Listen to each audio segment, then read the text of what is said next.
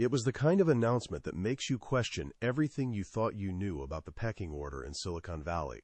On June 8, 2026, Jensen Huang, the most powerful CEO in tech, stood on stage at the Computex Taipei keynote. He wasn't there to talk about NVIDIA's latest GPU, the H200, or the B300, or whatever the next generation of compute godhood was called. Instead, he talked about cables. Specifically, he talked about the cables that connect GPUs to each other. And he said something that sent a shockwave through the semiconductor world. He said electrical interconnects are the bottleneck for scaling AI clusters. Now, when the man who built the trillion-dollar GPU empire tells you that the real problem isn't his chips, but the wires between them, you pay attention. And when he then announced a strategic partnership with a company that most people on the street had never heard of, Marvell Technology, to co-develop next-generation optical interco, NNECTS. The market didn't just pay attention, it panicked. Marvell's stock surged 22% in after-hours trading. But here's the question that keeps me up at night. Is this the moment a mid-cap semiconductor company finally breaks into the trillion-dollar club? Or is it just another hype cycle, destined to fade, like so many before it? Let's start with Marvell, founded in 1995. It was, for most of its life, a quiet, unglamorous company. It made storage controllers, networking chips, the kind of components that go into data centers but never get the glory. Under CEO Matt Murphy, who took over in 2016, Marvell began a slow, deliberate pivot. Murphy sold off the cellular business, a move that analysts called a retreat. He then spent $10 billion to acquire Inphi in 2020, a company specializing in high-speed optical interconnects for cloud data centers. At the time, the market yawned. Optical interconnects were a niche technology, useful for long-haul telecom but not for the hyperscale AI clusters that were just starting to emerge. But Murphy had a thesis. He believed that as data centers scaled, the physical limits of copper cables would become the chief constraint. And he was right, just 4 years too early. Because in 2025, something shifted. The AI boom had created a new kind of scarcity. It wasn't just about compute anymore. It was about bandwidth between compute nodes. When you train a model the size of GPT-5 or Gemini Ultra, you're not just running calculations on a single GPU. You're running them across tens of thousands of GPUs, all needing to talk to each other at speeds that push the limits of physics. And copper, for all its reliability, has a hard ceiling. Signal degradation, heat, power consumption, the problems compound at scale. This is where optical interconnects come in. They use light instead of electricity to transmit data, which means they can handle higher speeds over longer distances with less power. And Marvell, through its Inphi acquisition, had been quietly building a portfolio of 400G and 800G optical solutions. But the market ignored it, until Jensen Huang said the magic words. Now, the partnership announced at Computex is specific. Marvell and NVIDIA will co-develop 1.6T and 3.2T optical transceivers. That's 1.6 terabits per second, then 3.2.TO. Put that in perspective. The fastest consumer internet connection you can get today is maybe 10 gigabits per second. This is 160 times faster, and it's not for streaming movies. It's for moving the entire training dataset of a large language model across a cluster in seconds instead of minutes. But here's where the story gets complicated. Because on June 5th, just 3 days before Jensen's keynote, Broadcom, the other giant in optical interconnects, announced its own 3.2T solution.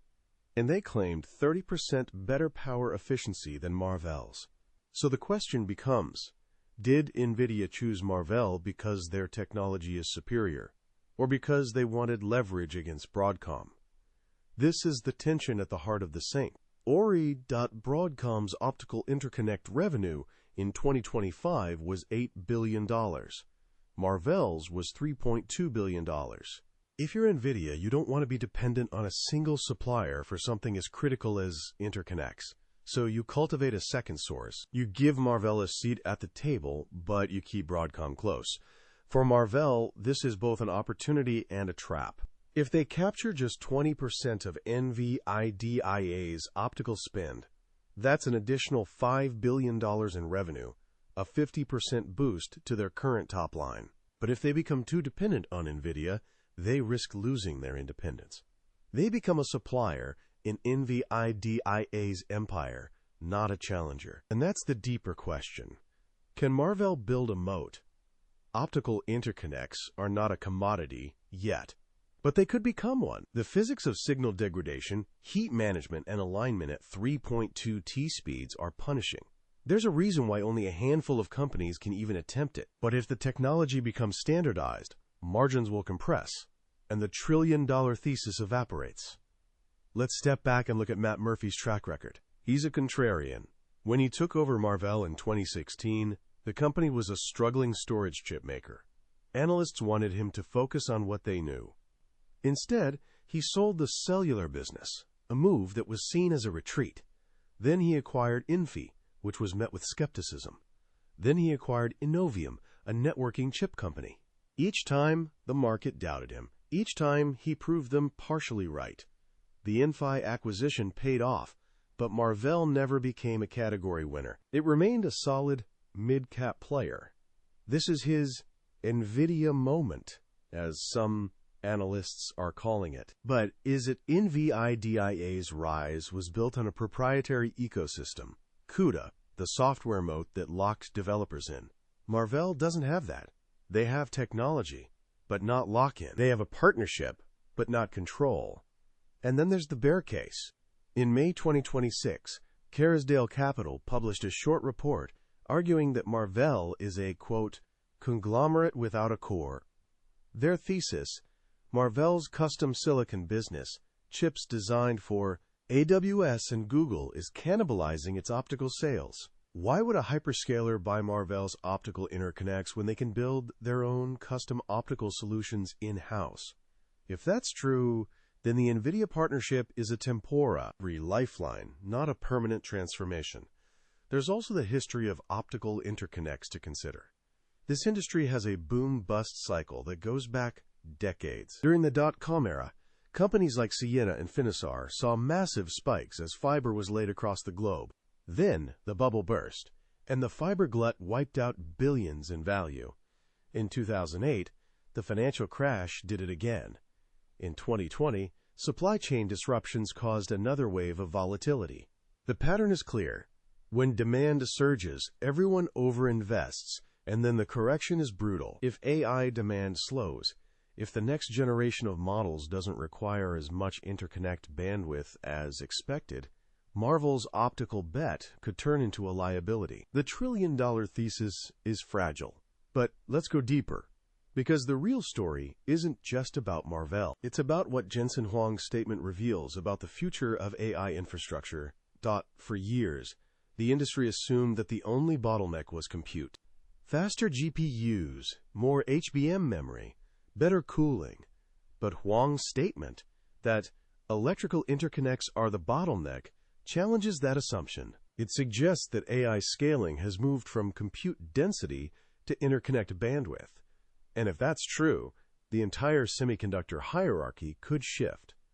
Think about it. Right now, NVIDIA is the most valuable company in the world because it owns the GPU. But if the next constraint is how fast GPUs can talk to each other, then the company that owns the interconnect technology becomes just as important.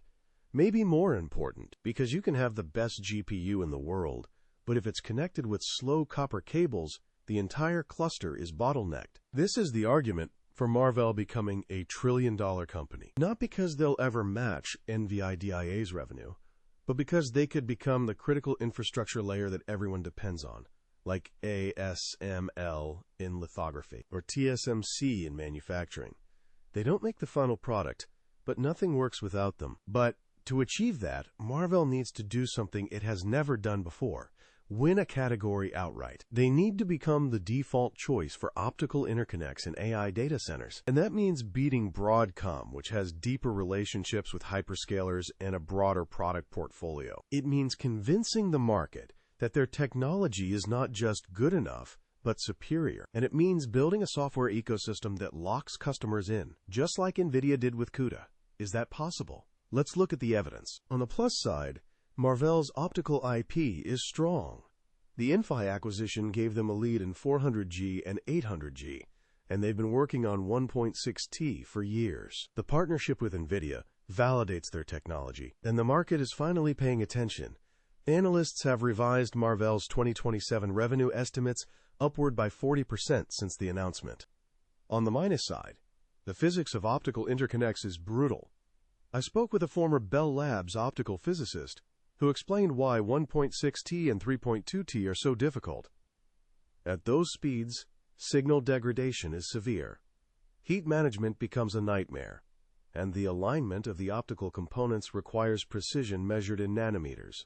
The physicist told me that the physical limits make it unclear if any company can scale economically beyond 3.2T for the next 5 years. If that's true, then Marvell's growth is bounded. They can capture the market, but the market itself has a ceiling. And then there's the competition. Broadcom is not sitting still. Their 3.2T solution, announced at the same conference, is a direct challenge, and they have something Marvell doesn't: a massive installed base in hyperscale data centers. AWS, Google, Microsoft, they all use Broadcom's networking chips. Switching to Marvell would require a redesign of their entire infrastructure. That's not impossible, but it's expensive and risky.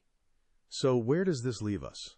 The story of Marvell is not just a stock story. It's a story about a mid-cap company that got a surprise endorsement from the most powerful CEO in tech. It's a story about a technology, optical interconnects, that has been overlooked for years but is now emerging as the next critical bottleneck. And it's a story about the shifting hierarchy of the semiconductor industry, where the question is no longer just who makes the best GPU, but who connects them fastest.